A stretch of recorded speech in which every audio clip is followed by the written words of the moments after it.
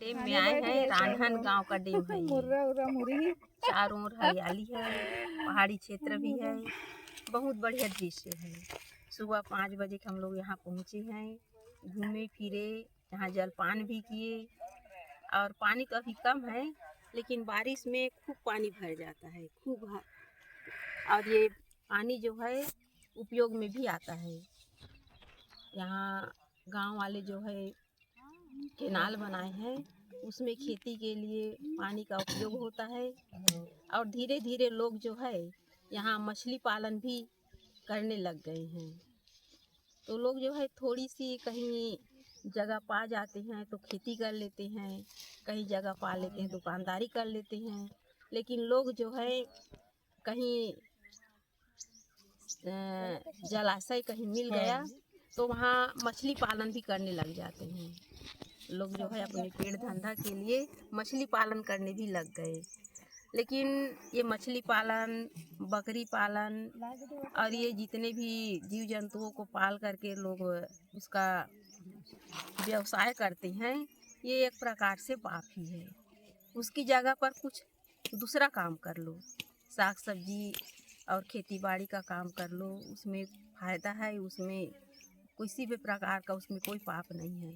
लेकिन इस जीवों को मारने से, उनका पालन करने से ये केवल एक पाप है। लेकिन लोग जो है विवेक विचार नहीं करते और गलत रास्ते पर अपने जीवन को लगाते हैं। तो जिसका जैसा सोच है उस हिसाब से अपना जीवन निर्वाह कर रहे हैं। लेकिन लोगों को समझाते समझाते लोग थक गए, लेकिन कोई समझने के लिए तैयार नहीं है।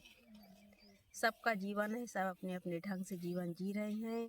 यहाँ हम सब जंगल में, नदी के किनारे, बांध के किनारे जंगल में बैठे हुए हैं। छोटी छोटी झाड़ियाँ हैं, चारों तरफ हरियाली है। बहुत ही बड़ा दृश्य, बहुत बढ़िया है। सुबह सुबह हम लोग यहाँ आए थे तो सूर्य उग रहा था, उगता हुआ सूर्य।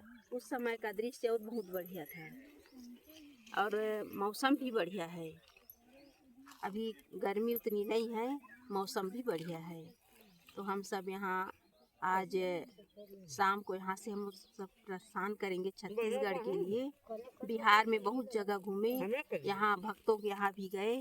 भक्तों के प्रति अटूट श्रद्धा, संतों के लिए अटूट श्रद्धा, सेवा में, सत्संग में लोग जो है पूरी तरह एकत्रित हो जाते हैं। केवल एक बार बताना पड़ता है, फिर अपने अपने घर से पूरे परिवार सहित एकत्रित हो जाते हैं। तो संतों के प्रति लगाव, संतों के प्रति श्रद्धा, संतों के प्रति भक्ति, ये बिहार की एक कहना चाहिए कि एक अद्भुत बात है। हम कई जगह जाते हैं, लेकिन ऐसे लोगों के मन में इस तरह का भाव, इस तरह की भक्ति देखने को नहीं मिलता। ये बिहार में ही है। बिहार में अद्भुत भक्ति है लोगों के बीच, और ये सब संतों की देन है, महापुरुषों की देन है। महापुरुष समय समय से आते रहे, लोगों को जगाते रहे, और लोग जो है भक्ति के मार्ग पर चलकर अपना कल्याण करने के लिए, अपने जीवन को सुंदर बनाने के लिए सब लगे हुए हैं।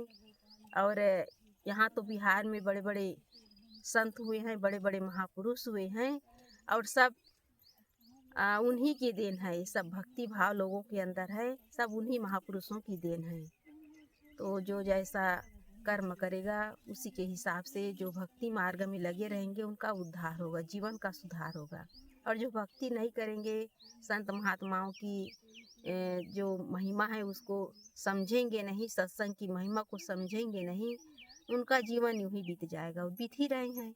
गलत खान पान, गलत आचार विचार, गलत लोगों की संगत, गलत जगह पर उठना बैठना, ये सब अनादिकाल से चला आ रहा है और ये कभी समाप्त नहीं होगा। क्योंकि जीव अनादिकाल से इन्हीं प्रपंचों में ही भटका हुआ है, पड़ा हुआ है। इन्हीं प्रपंचों से, इन्हीं झंझटों से, इन्हीं मानसिक विकारों से छुड़ाने के लिए संत महात्मा हर जगह प्रयास कर रहे हैं। उन लोगों को जगाने के लिए, उनके जीवन को अच्छा बनाने के लिए। तो जो संतों की महिमा, सत्संग की महिमा को जो समझते हैं, संतों का जिसके हृदय में श्रद्धा है, भक्ति है, वही अपने जीवन का उद्धार करते हैं। तो हम सब यहाँ बिहार में घूमे, लोगों से मिले, बहुत अच्छा लगा। लोगों का हृदय इतना सरल है, इतना उदार है कि गरीबी की हालत में भी संतों को अपने यहाँ बुलाते हैं। कुछ नहीं तो भाव बंदगी करते हैं, पानी पिलाते हैं, लेकिन उसके हृदय में भाव है कि हम कुछ दें। उनके प्रति जो प्रेम है यही बहुत बड़ा उपहार है। प्रेम ही सबसे बड़ा उपहार है। धन, रुपये, पैसे, अन्न ये तो कहीं भी कहीं से भी मिल जाएगा, लेकिन प्रेम मिलना ये बहुत ही मुश्किल है। तो यहाँ के लोगों में जो प्रेम है, जो भक्ति है, जो श्रद्धा है, बहुत ही अद्भुत है। ऐसी जगह पर आकर के हम सब बहुत अच्छा महसूस किए, बहुत अच्छा लगा। और हम लोग सोचते हैं कि हर व्यक्ति ऐसी ही भक्ति भाव में लगे, अपने आप को जगाए और अपने जीवन का उद्धार करे। बोलिए सद्गुरुदेव की जय।